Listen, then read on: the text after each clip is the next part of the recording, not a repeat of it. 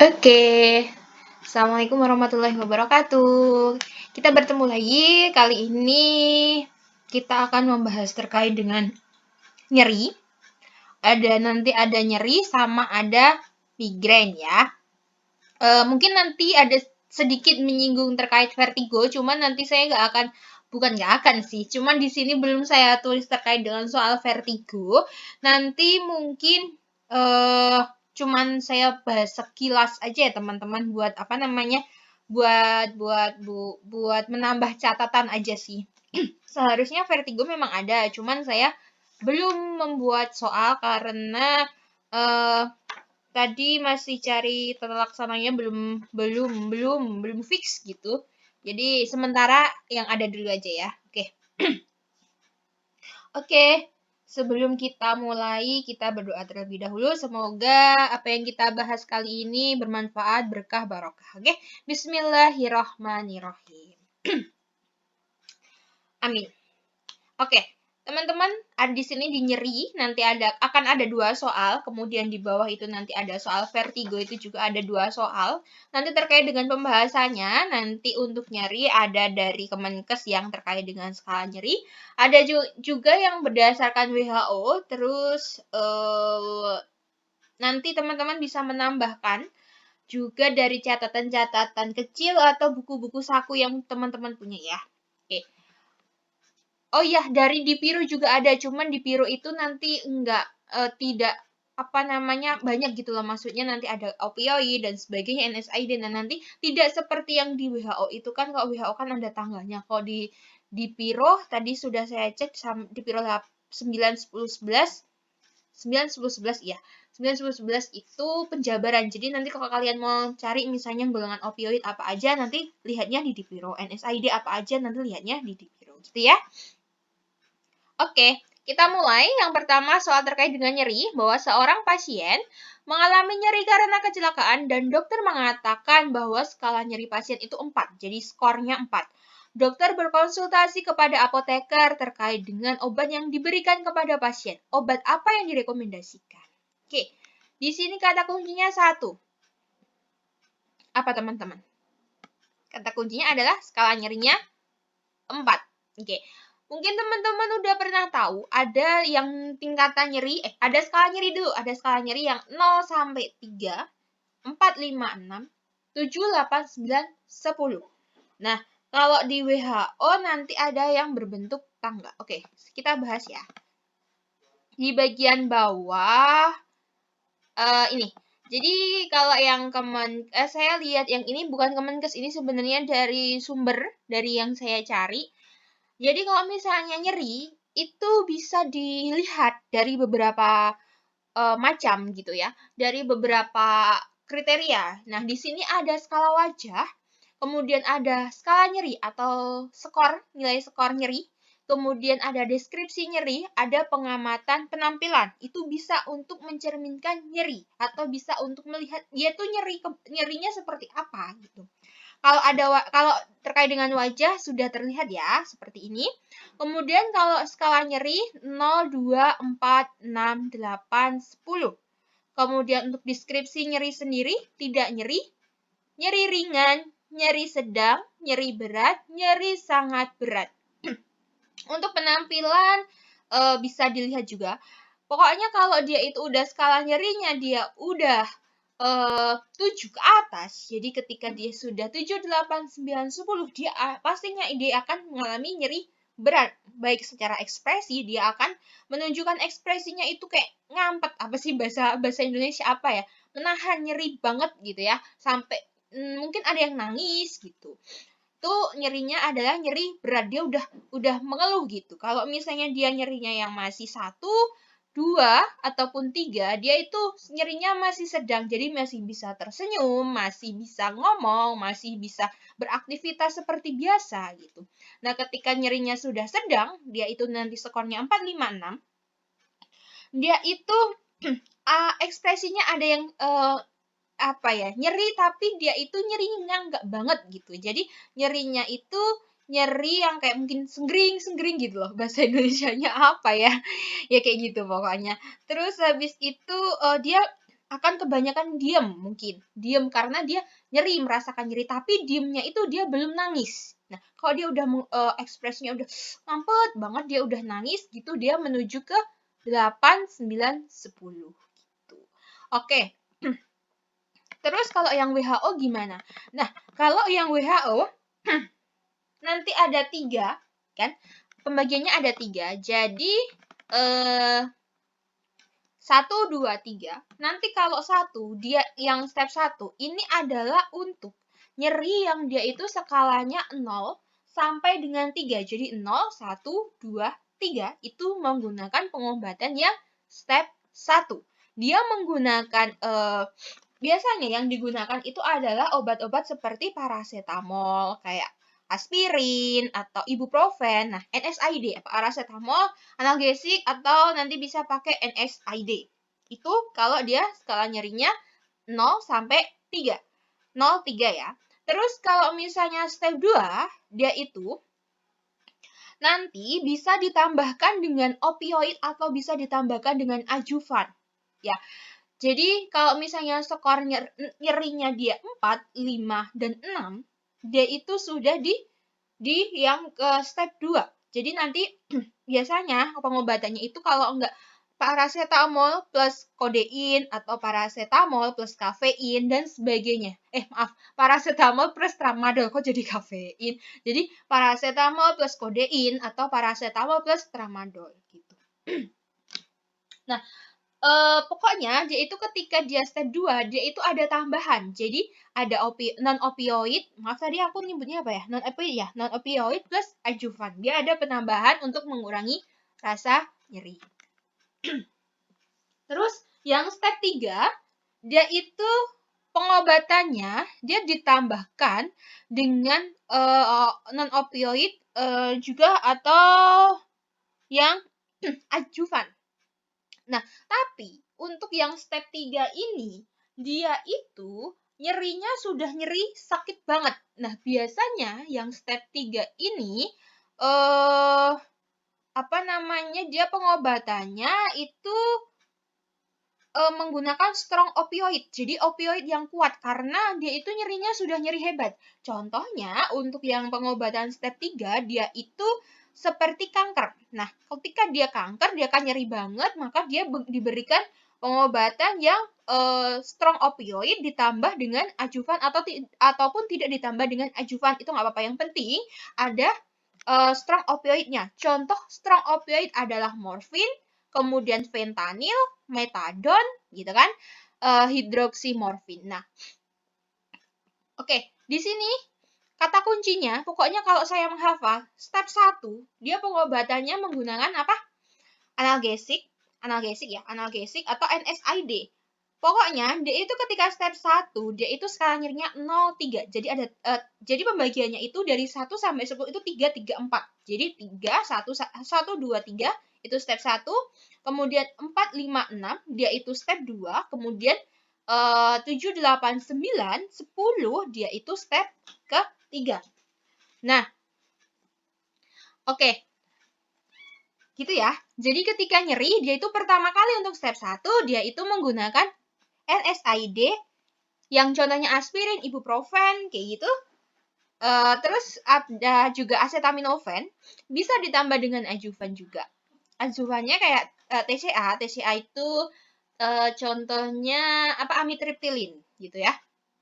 Terus untuk step 2, dia itu nanti obatnya menggunakan kodein, tramadol. Nah, biasanya obat-obat yang step 2 ini ada obat yang sudah kombinasi. Jadi obatnya sudah, misalnya tramadol plus paracetamol itu patennya sudah ada gitu. Tapi saya nggak akan menyebut nama ya.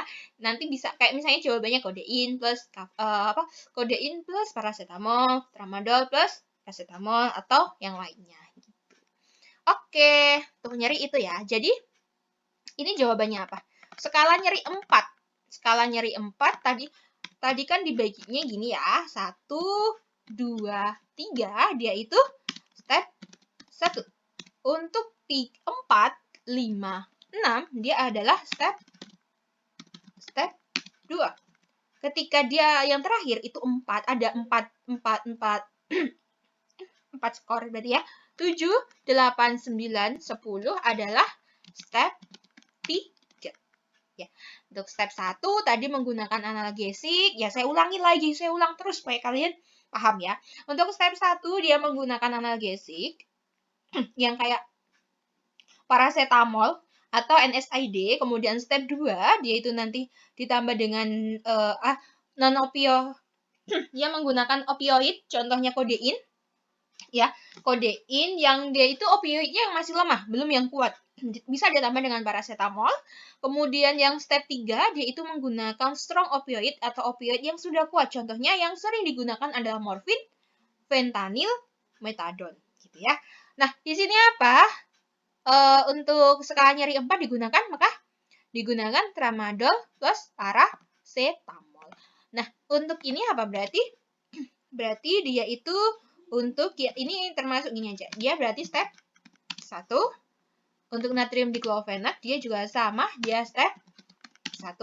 Untuk morfin dia berarti step 3. Oke, gitu ya. Oke, lanjut. Selanjutnya, pasien X mengalami nyeri karena kanker. Ya, ini kata kuncinya adalah kanker skala nyeri 8. Oke, obat apa yang direkomendasikan? Yang saya sudah sebutkan tadi, berarti dia sudah sangat nyeri. Berarti dia menggunakan step 3 ketika dia kanker. Maka digunakannya adalah fentanyl. Morfin, fentanyl, kemudian metadon itu digunakan untuk skala nyeri 7, 8, 9, 10. Pokoknya pembagiannya 3, 3, 4. 1, 2, 3, 4, 5, 6, 7, 8, 9, 10. Gitu ya. Oke, untuk nyeri mungkin yang akan sering keluar itu ketika disebutkan skala nyerinya. Kemudian kalau enggak misalnya nih, pasien skala nyeri, pasien skala nyeri 3 misal, dia mengalami nyeri, misalnya skala nyeri 3, tetapi dia itu memiliki tukak lambung. Nah, nanti obat apa yang diberikan? Maka dia masih 3 kan, masih bisa diberikan NSAID, tetapi NSAID yang diberikan adalah NSAID yang selektif. Contohnya selexosip. Gitu. Oke, pokoknya kalau yang nyeri hafalin yang step 1, 2, 3, kemudian pembagiannya, dia skala nyerinya berapa, dan obat-obatnya pada setiap step itu apa aja. Gitu. Oke, lanjut.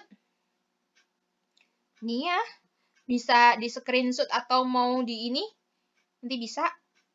Silahkan, atau cari di Google bisa, karena saya belum nggak menggambar sendiri ya. Jadi ini tadi saya ambil dari sumber. Mungkin saya kurang mencantumnya. Oke, selanjutnya adalah terkait dengan migrain ya.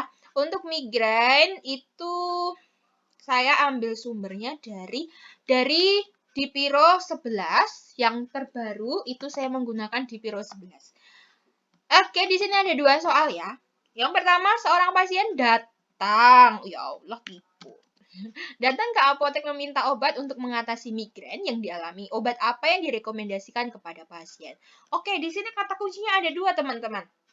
Pasien datang ke apotek, kemudian migrain. Oke, jelas dia minta obat migrain, tapi ingat teman-teman, di sini kasusnya adalah datang ke apotek. Jadi, obat-obat yang diberikan adalah obat-obat yang bisa diberikan tanpa resep dokter. Jadi, obat yang termasuk obat bebas ataupun obat bebas terbatas yang bisa dilakukan swamedikasi kepada pasien ya. Kecuali ketika dia itu termasuk obat-obat OWA atau dia pasien datang ke apotek tapi membawa resep, itu beda lagi. Nah, karena di sini itu dia pasiennya datang biasa gitu ya, keluhannya migrain, maka yang diberikan adalah obat-obat yang bisa dilakukan swamedikasi, obat-obat yang diberikan secara bebas kepada pasien gitu ya. Nah, itu obat apa yang diberikan? Oke, kita lihat. Ini adalah guideline dari Dipiro 11. Oke. Pertama, ketika pasien itu didiagnosa migrain ya, dia itu di-asesmen dulu, dia itu migrainnya bagaimana gitu kan. Nah, apakah dia ada gejala mual, muntah gitu, apa tidak gitu. Nah, terus migrain nanti dibagi juga jadi mild to moderate atau dia itu sudah severe atau sudah parah gitu ya. Oke, kalau misalnya dia itu mild atau moderate, jadi ketika dia itu masih ringan, ringan-sedang, nah dia itu yang bisa diberikan, analgesik yang bisa diberikan itu contohnya seperti acetaminophen atau paracetamol. Juga bisa diberikan NSAID, contohnya adalah aspirin, ibuprofen, naprofen. Nah, dia dilihat apakah dia inadekuat atau enggak. Kalau misalnya dia itu inadekuat, dia itu bisa dilakukan kombinasi, misalnya acetaminophen or aspirin atau kafein. Jadi kayak yang di pasaran kan ada merek Tut gitu kan. Merek Tut itu paracetamol plus kafein. Ada beberapa merek kan. Nah, itu digunakan untuk mengatasi migrain. Itu bisa diberikan kepada pasien tanpa resep dokter, ya kan? Yang logonya dia itu biru ya. Logonya biru, bebas terbatas kok saya nggak salah. Nah, selanjutnya dia inadekuat apa enggak? Oke, kalau misalnya dia inadekuat, ini juga nih, dia severe symptom. Nah, dia itu diberikan triptan, bisa juga diberikan ergotamin. Kemudian, kalau misalnya dia inadekuat, maka dilakukan kombinasi. Oh iya, teman-teman di sini yang sering terjebak itu kalau misalnya yang severe symptoms ini ketika dia nggak ada pilihan triptans, dia ada pilihan ergometrin atau ergometrin dan ergotamin. Nah, ergometrin dan ergotamin itu berbeda. Kalau ergotamin itu untuk migrain, kalau ergometrin untuk oksitosin. Jadi untuk membantu persalinan gitu kan, untuk kontraksi uterus. Jadi beda ya, ergotamin dan ergometrin. Dilihat ya, ergotamin ya. Kalau untuk migrain itu tamin. Kalau misalnya untuk uterus, metrin gitu. Ya, ini pokoknya cuman ini aja. Dilihat ininya, asesmennya dilihat dulu. Tata laksananya dilihat dulu. Dia itu bagaimana. Kalau misalnya dia sudah parah, dia udah menggunakan obat ini tuh nggak bisa, jadi ya. Dia udah nggak bisa nih, udah parah intinya gitu. Dia langsung ke triptan atau ergotamin. Oke. Jadi ini datang ke apotek ya, jadi datang ke apotek migrain. Jadi obat apa yang diberikan? Obatnya dapat diberikan paracetamol dan kafein, kombinasi yang mereknya Tut tadi. Oke, di sini ada ergometrin dan ergotamin. Jangan terjebak ya. Kalau misalnya nanti ini triptan, kalau misalnya nanti severe aja, nanti jangan pilih ergometrin. Kalau misalnya triptannya nggak ada gitu. Kalau misalnya nggak ada triptan, ya pilih ergotamin. Kalau misalnya ini nggak ada, pilihnya triptan. Oke, lanjut nomor 2. Pasien datang ke rumah sakit dengan keluhan migrain sudah 2 hari dan menggunakan ibuprofen namun tidak berkurang. Jadi ini maksudnya itu dia parah gitulah intinya. Dokter bertanya kepada pasien terkait obat yang diberikan. Obat apa yang disarankan kepada dokter? Apa? Ini ergometrin ya, ini bukan ergotamin. Jadi ergometrin itu untuk kontraksi uterus. Kalau ergotamin dia itu untuk migrain yang severe. Ini aspirin termasuk apa yang masih moderate. Paracetamol, kafein, mild moderate. Sama yang atas mild moderate ya.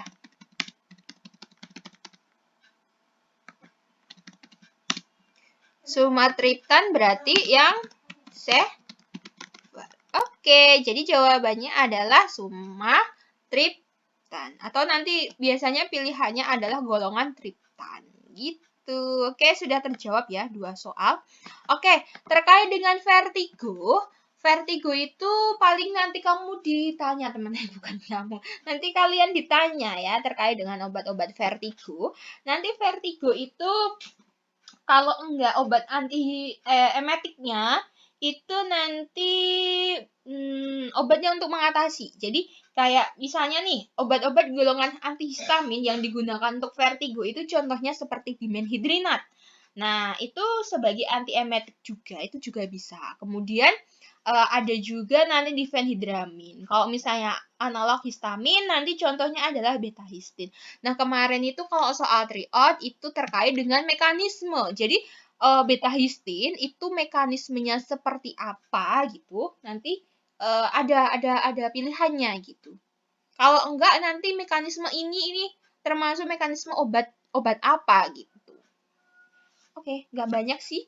Paling kalau misalnya ini keluar pun cuma satu, vertigo. Oke, soal UK yang terbanyak keluar apa? Hipertensi. Hipertensi, karena hipertensi itu nyambungnya sama siapa? Hipertensi jantung. Kemudian lipid, dia berhubungan nanti kemana-mana kan? Bisa ke ginjal juga bisa. Dia ke DM juga berhubungan gitu. Pokoknya nanti nyalur-nyalur gitu. Oke teman-teman, mungkin ini aja video yang saya bahas terkait dengan nyeri dan juga migrain. Untuk vertigo nanti bisa ini lagi ya, dibaca-baca melalui buku-buku saku, nggak apa-apa. Yang penting kalian hafal dulu dan bisa membedakan kalau misalnya migrain itu terapinya menggunakan apa, kalau misalnya vertigo dia menggunakan apa. Berbeda ya teman-teman. Oke, terima kasih atas waktunya sudah menonton video ini. Jangan lupa subscribe, comment, like, kemudian share ke teman-teman yang mau UKAI atau mau ini masuk PSPPA ya. Karena video yang saya buat ini nggak cuman berpatokan untuk UKAI aja sebenarnya. Kalian mau masuk PSPPA pun kalian pasti ada soal-soal ini. Ketika dunia kerja biasanya juga nggak soal tapi aplikasinya. Tetapi kalian harus paham terkait dengan pemberian obat alurnya bagaimana gitu. Oke, sekian ya teman-teman. Semoga bermanfaat. Wassalamualaikum warahmatullahi wabarakatuh. Bye-bye. Jangan lupa subscribe, comment, like, dan share.